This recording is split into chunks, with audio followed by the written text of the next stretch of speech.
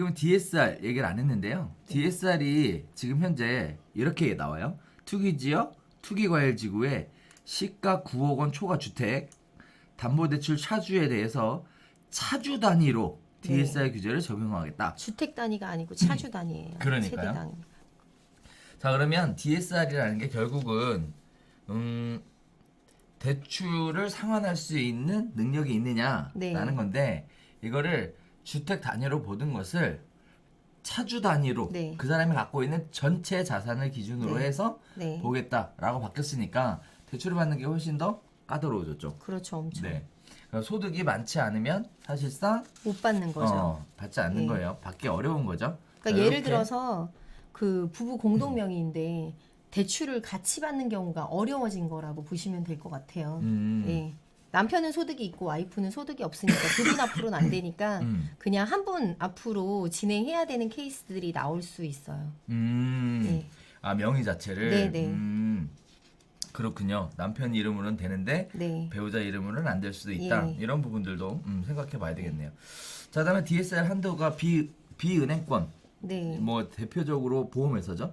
그렇죠. 네. 보험회사 같은 경우에 60%에서 40%로 하향 조정하겠다라고 네, 얘기 맞습니다. 나오니까 그 뒷면에도 또 있죠. 네, 그런 부분들을 좀 봐야 될 것 같아요. 자, 그다음에 또 이런 얘기가 나옵니다. RTI 얘기가 나오는데요.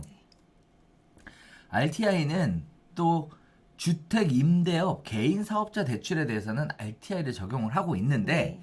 이 부분을 1.25에서 1.5배 이상으로 강화하겠다라는 네. 얘기예요. 자, 요 얘기는 결국은 대출을 받아서 이자로 내는 비용보다 수익이 잡으면 안 돼요. 1.5배가 많아야 된다는 얘기예요. 예. 1.25배에서 네, 1.5배가 1.5 많아야 니까. 된다.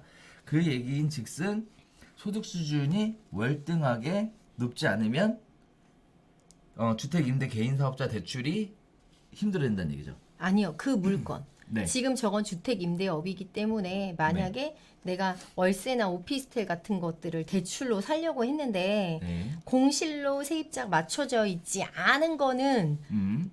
대출을 못 받는 거죠. 음. 예, 세입자가 맞춰져 있고 그 세입자한테 받고 있는 월세 규모에 따라서 대출을 받을 수 있는 규모도 좌우된다라고 보시면 될 것 같아요. 맞아요. 네. 자, 아까 DSR하고 뭐가 차이가 있냐? DSR은 차주의 전체적인 소득을 네. 기준으로 가는 거고 예. 임대업 개인 사업자 대출은 네. 뭘로 가느냐? 임대소득. 임대소득으로만 가는 네. 거예요. 네, 임대소득으로만. 네. 그래서 임대소득이 이자를 내는 비용보다 1.5배가 많아야 많아야 한다라는 얘기예요. 네. 그리고 거기 밑에 보시면 네. 기존의 은행들하고 새마을금고를 분리했었는데 네. 동일한 기준으로 앞으로 바라보겠다라는 거죠. 그렇죠. 그러니까 우회적으로 저렇게 조그만 곳들 신협이나 뭐 새마을금고 이런 곳들을 통해서 일반적인 그 1금융권에서 받지 못하는 대출 규모 이상을 받으시는 분들이 많거든요.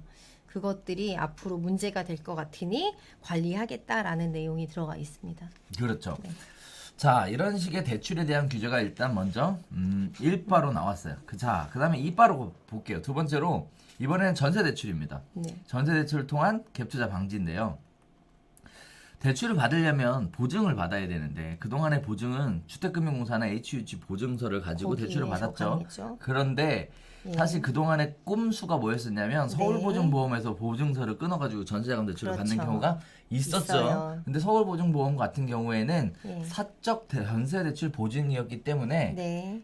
규제를 할 수가 없었어요. 그러니까 네. 사각지대였죠. 규제의 네. 사각지대. 네. 근데 이번에 9억 초과에 대해서 그렇죠. 시가가 9억 초과 예. 주택 구입 보유 차주에 대한 전세자금 대출 보증을 제한할 수 있도록 협조를 요청하겠다라는 얘기인데 결국은 여기도 보면 보유하고 있는 차주에 대해서도 보증을 제한하겠다라는 얘기를 하고 네. 있어서 일단 이 부분에 대해서 9억 원이 초과하는 주택을 보유하고 있는 사람이 전세 대출을 받게 되면 네. 그거는 네. 상환하라는 얘기예요. 그죠. 만기 시점에 너희와 연결해 줄 수 없다는 거죠. 그렇죠. 연장할 수 없다는 고가 얘기니까. 주택을 보유하고 있으면서 전세로 살고 네. 있는 사람이 예. 그 전세를 대출을 받아 살고 있다면 네, 네. 이 사람은 뭐 해라? 대출을 상환해라. 상환해라. 네, 요렇게 이해하시면 되겠습니다. 네. 이렇게 되면 전세 매물은 나올 수가 있죠.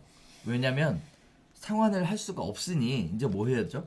전세를 빼고 본인이 거주하는 주택으로 들어가야 되는 상황이라 전세자금 대출 기간이 만기가 되면 네. 연장을 하기가 어려우니까. 그렇죠. 그렇게 저는 뭐라고 또 보냐면 그걸로 인해서 전세 출혈이 많이 생길 수도 있어요. 왜냐면 뒷부분에 지금 장기보유 특별공제와 관련된 내용이랑 얽히거든요. 이 얘기가. 네네. 그러니까 뒤에 가서 다시 한 번 더 얘기해 드릴게요. 그렇군요. 자, 그 다음에 전세자금을 대출해서 신규 주택을 매입하는 걸 제한하겠다라는 얘기인데요. 네. 시가 9억 원 초과 주택을 매입하거나 예. 2주택 이상 보유할 경우 전세 대출을 회수하겠다라는 네. 얘기예요. 자, 이게 무슨 얘기냐? 이거 좀 봐야 될 것 같은데. 자, 이 얘기는요. 이렇게 보면 돼요. 전세 대출을 받아서 받은 사람이 받아서 차주가 네. 받아서 9억 이상의 주택 네. 또는 2주택 이상을 보유하는 경우에는 네. 투기로 보겠다. 그렇죠. 이렇게 보고 있는 거예요.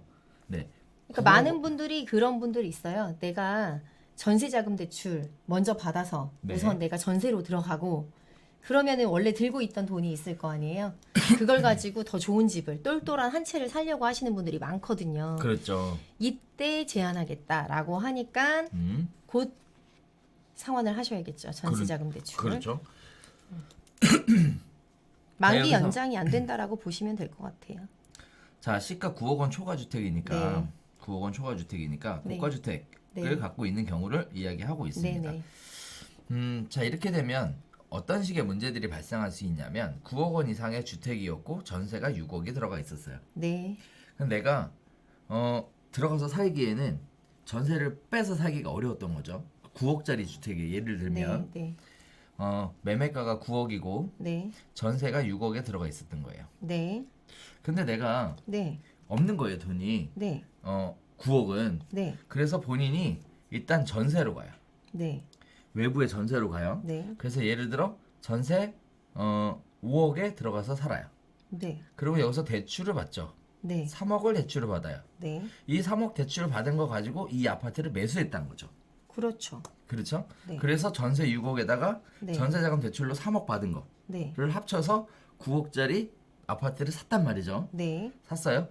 자, 요 상황이었거든요. 네. 요 상황. 그런데 이제 어떻게 되는 거냐면 이 전세자금 대출 3억 받은 게 연장이 안 안 되는 된다는 거예요. 거죠. 안 되는 거예요. 네. 그러면 결국 나한텐 2억이 있는 거죠. 네.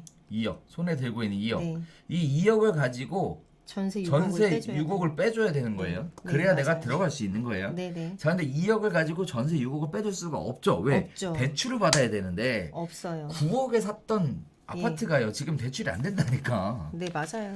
네. 대출이 안 된다니까요. 그러다 보니까 이런 부분들 이렇게 갭 투자하셨던 분들 입장에서는 요거 지금 굉장히 매우 위험한 상황이에요. 칼날 같은 조항입니다. 네, 칼날 같은 조항. 예. 자, 그래서 상환해라라는 얘기가 결국은 시장에 이렇게 하면 매물로 나올 수 있는 갭 투자를 했었던 분들이 매물로 시장에 매물로 나올 수 있는 이런 상황인데 한편으로 보면 이런 생각도 좀 들어요.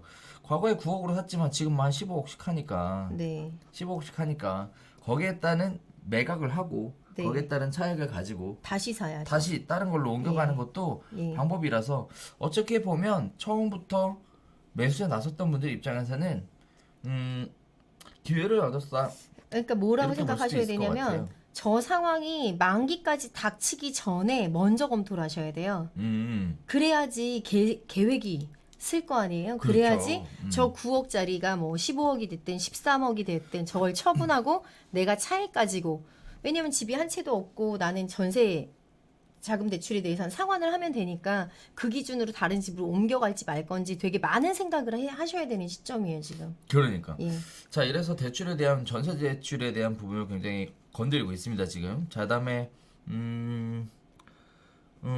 그래서 투자 목적으로 갖고 있었던 분들 이게 지금 본인이 향후에 입주할 목적으로 갖고 있었다라고 할 수도 있겠지만 네. 지금 보면은 전세 대출을 받았는데 두 번째 이야기예요. 네. 전세 대출을 받았는데 2주택 이상 보유하고 있는 경우는 네. 그런 경우에는 네. 전세 대출이 회수가 되니까 네. 뭐 해야죠? 팔아야 돼요. 매도를 네. 해야 돼요. 네. 그다음에 또 하나는 전세 대출을 받아서 부동산을 구입한 사람이 또 전세 대출을 받아서 추가로 투자하는 것 자체가 또 안 불가능한 돼요. 거죠. 네. 그래서 전세 대출을 이용한 투자는 사실상 이제 거의 막혔다. 저는 이 대책이 빨리 나왔어야지 거품이 좀 덜 끼지 않았을까라는 생각도 해요. 그러니까요. 네. 그래서 우리 사실 예. 여러 번 얘기했었어요. 맞아요. 예. 전세 가격이 굉장히 높기 때문에 전세 네. 대출 받아서 대출 받은 걸 가지고 다른 데 투자를 해서 갭 투자가 만들어지고 있으니 전세 대출 막으라고 그렇게 얘기를 했었는데 이제 와서 예. 네. 안 되게 막는 거죠. 근데 그냥 어쨌든 막는 게 서민들 입장 다 막아버리면 전세 실제 전세로만 주택이 없이 전세로만 사는 사람 입장에서는 문제가 되니까 다 막진 않았고요. 그죠? 그렇죠. 가격이 높거나 아니면 그렇죠. 다주택자에게만 맞아요. 적용하겠다라고 한 거죠. 네. 그래서 그렇게 전세자금 대출에 대한 규제를 조금 타이트하게 예. 조였습니다. 자, 전세자금 대출을 이용한 투자는 이제 조금 어렵지 않을까라는 생각이 들고요. 반면에 이런 얘기도 또 나올 것 같아요. 아, 그러면 전세자금 대출 받아서 뭐라 시가가 9억 원이 안 되는 아파트 사라 이 얘기 또 나올 것 같아요. 아까 조정 대상 지역 그러니까요.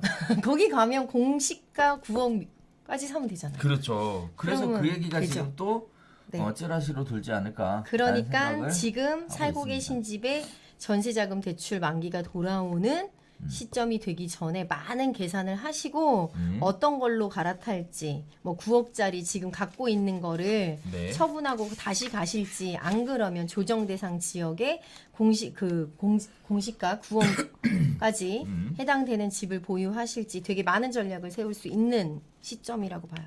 그러니까. 네. 자, 이렇게 지금 굉장히 좀 자세하게 정책이 만들어져 있는 네. 것 같지만 보시는 것처럼 네, 구멍은 한편으로 있어요. 보면 허점들이 굉장히 네. 많이 보이는 그런 정책 발표예요. 물론 뭐 다 틀어막을 수는 없으니까 숨통 열어놔야 되니까 하지만 너무 이런- 완벽하면 너무 이런 부분들 때문에 그렇잖아요.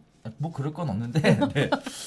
이런 부분들이 결국은 투자자들의 먹잇감이 될까 조바심이 나는 상황입니다. 근데 이것도 투자자들은 되게 발빠르거든요. 그러니까 내가 꼭 투자자가 아니어도 내가 실제 여기에 해당되는 실수요자라고 하면 투자자보다 늦게 가시면 안 될 거예요. 자, 그래서 지금 시장의 트렌드가 네. 급격하게 변화될 것이 보이니까요. 각자 입장에 맞는 빠른 네. 선택을 좀 해주셔야 될 것 같습니다.